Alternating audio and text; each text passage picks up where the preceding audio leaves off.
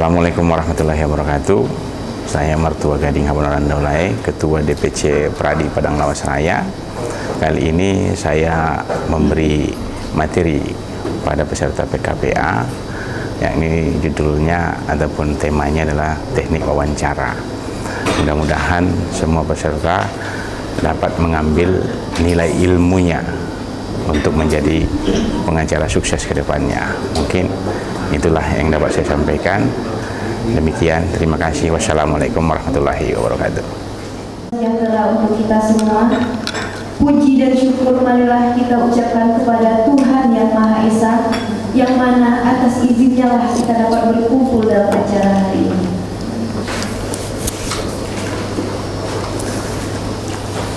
Yang terhormat Bapak Gading Mertua Habonaran Daulay SHMH, yang terhormat peserta pendidikan khusus profesi advokat yang hadir di dalam ruangan baik di dalam Zoom. Selamat siang, selamat berbahagia. Mudah-mudahan kali ini dalam mencari ilmu Anda diberikan ilmu yang bermanfaat dan ilmu yang barokah.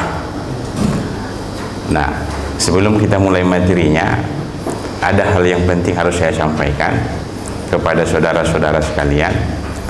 Dalam proses belajar hukum ini, apalagi terkhusus belajar tentang di dunia pendidikan profesi advokat, ada satu rahasia yang harus Anda pahami.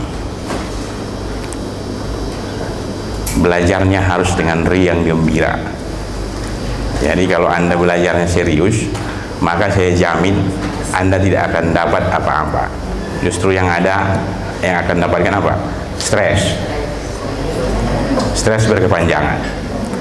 Anggap saja kita ini seumuran, saling berdiskusi bagaimana tentang persoalan hukum ke depan. Jangan ada kecanggungan. Bagaimana kita berinteraksi itu adalah mencari sebuah nalar hukum, histori hukum antara apa yang dialami seorang itu, agar dia menceritakan segalanya dan kita mencari tahu. Kenapa kita harus mencari tahu? Karena ada dua hal yang harus kita pikirkan, demi kepentingan hukum atau demi kepentingan pribadi.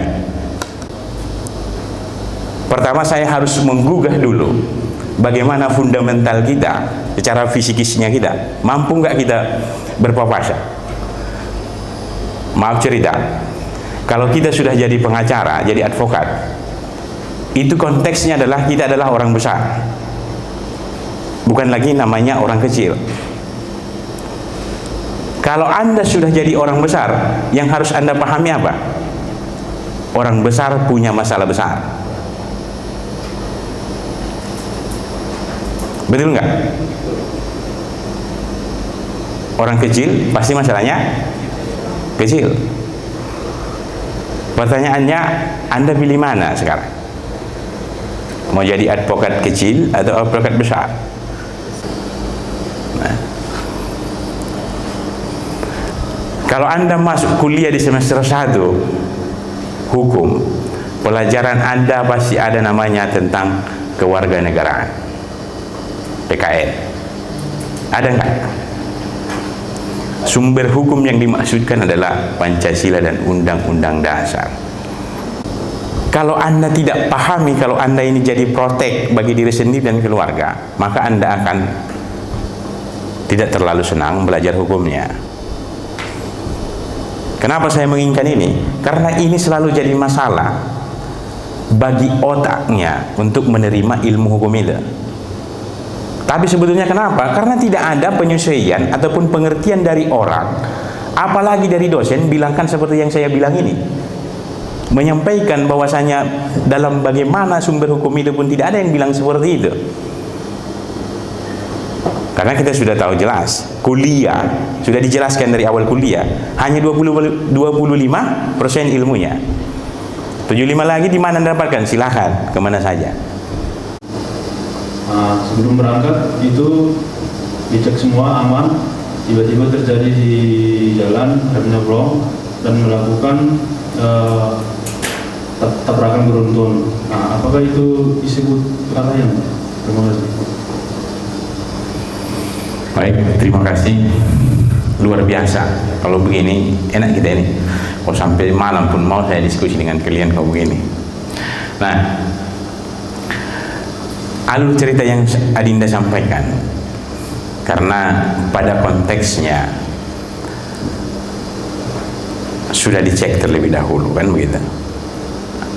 Namun, karena menyangkut konteks di lalu lintas dan banyak yang menjadi korban, kan begitu, maka terhadap siapa dibuat sebuah kesalahan itu terhadap yang menabrak. Kenapa demikian? Karena disampaikan merupakan sebuah kelakuan berupa kelalaian. Nah, karena kenapa? Dalam berkendaraan tidak ada namanya cerita tiba-tiba di tengah jalan remnya rusak. Tidak ada cerita begitu, karena di undang-undang lalu lintas pun yang bisa masuk dalam jalan ini adalah kendaraan-kendaraan yang memang fit, kan itu. Nah, kemudian datang yang tiba-tiba remblong, pasti kan ada sebab akibatnya.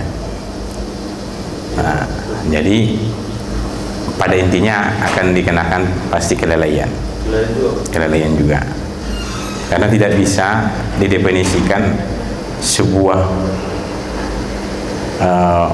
gangguan alam, nggak bisa, ataupun kecelakaan, kan begitu, nggak bisa. Kenapa demikian? Ada alasan tertentunya. Kenapa ada alasan tertentunya? Kalau saya jabarkan, ketika rem itu blong, karena ada sesuatu hal yang mengakibatkan dia blong, apakah kecepatannya keterlaluan atau beratnya sudah melebihi sehingga dia melebihi keberatan, dan kalau dia menurun maka tidak bisa dia hentikan pakai rem itu saja, karena ada hal-hal tertentu remnya sudah habis kampas remnya atau kurang kampas remnya sehingga menekan lajunya tidak bisa ditekannya. Menghilangkan nyawa orang. Jadi kalau dia konteksnya sampai mati, ada korban jiwa, kan gitu. Kalau dia dalam konteks lalu lintas, maka akan selalu dibuat tentang undang-undang lalu lintas, kelalaian yang mengakibatkan kematian. Nah, pada pokoknya dalam sebuah putusan ataupun sebuah perkara tidak terlepas dari pasal 338. Kenapa begini? Demikian karena dia menjadi sumbernya, tapi tidak lupa dikaitkan ke undang-undang lalu lintasnya. Nah, namun pada intinya nanti adalah hakim yang memutuskan mana yang harus dipakai. Tapi kalau pada konteksnya dan kebiasaan yang saya alami, selalu ujung-ujungnya ke undang-undang lalu lintas, kelalaian dalam berkendara mengakibatkan orang meninggal dunia. Karena nggak boleh kan lagi, mulai dari peraturan Kapolri menyatakan mulai dari atas bahwasanya pelanggaran-pelanggaran yang melanggar ketentuan umum namanya, dalam konteks adalah delik umum namanya. Jadi kalau masalah lalu lintas adalah delik umum, Anda harus ingat. Jadi ada delik lagi yang harus Anda pahami. Di dalam pidana ada delik khusus, ada delik umum, kan itu. Ini harus Anda pahami lagi. Pasal berapa yang masuk dalam delik khusus, pasal berapa dalam masuk delik umum. Ada lagi Adinda belakang? Kalau dalam hal tertangkap tangan, delik umum. Kalau tertangkap tangan? Iya kan? Kalau nggak tertangkap tangan? Iya. Itu. Nah, ada jadi campuran.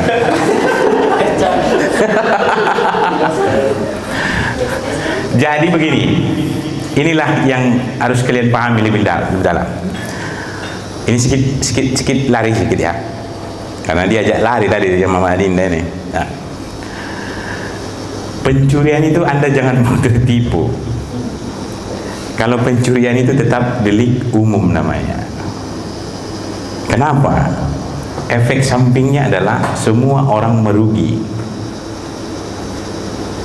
Ingat itu.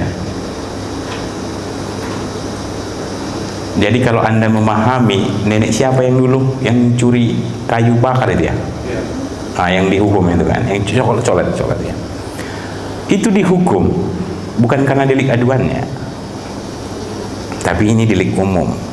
Tapi kebanyakan media sosial yang menggoreng dan pers menggoreng itu. Nah, sama nggak penyakitnya judi dengan pencurian?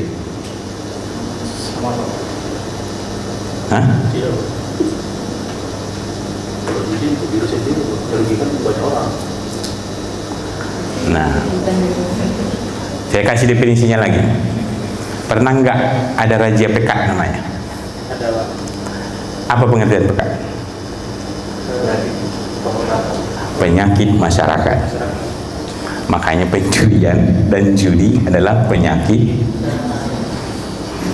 Kenapa begitu? Efek sampingnya adalah ke umum semua.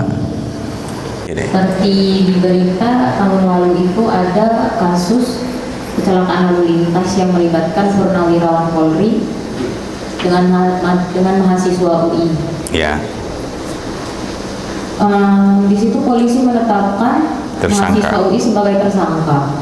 Bagaimana prosedur penetapan tersangka itu yang menewaskan dirinya sendiri gitu Pak? Terima kasih. Itu abang rekam nggak? Oh nanti dicek ya. Maaf boleh. Nah jadi begini, kalau masalah mahasiswa UI itu kan semua kita tahu bersama. Kalau saya jadi pengacara keluarganya yang meninggal ini, yang tersangka ini, maka akan terjadi sambo kedua. Kenapa demikian?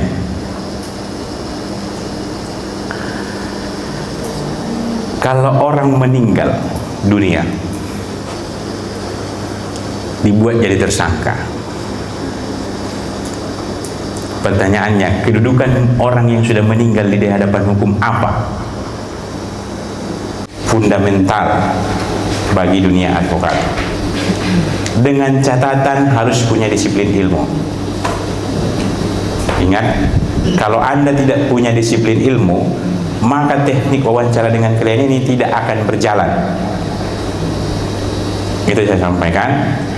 Mudah-mudahan semua rekan-rekan ataupun adinda-adinda sekalian dapat ilmu yang barokah terhadap diskusi kita hari ini. Saya yakin dan percaya kalian ini pasti jadi orang sukses.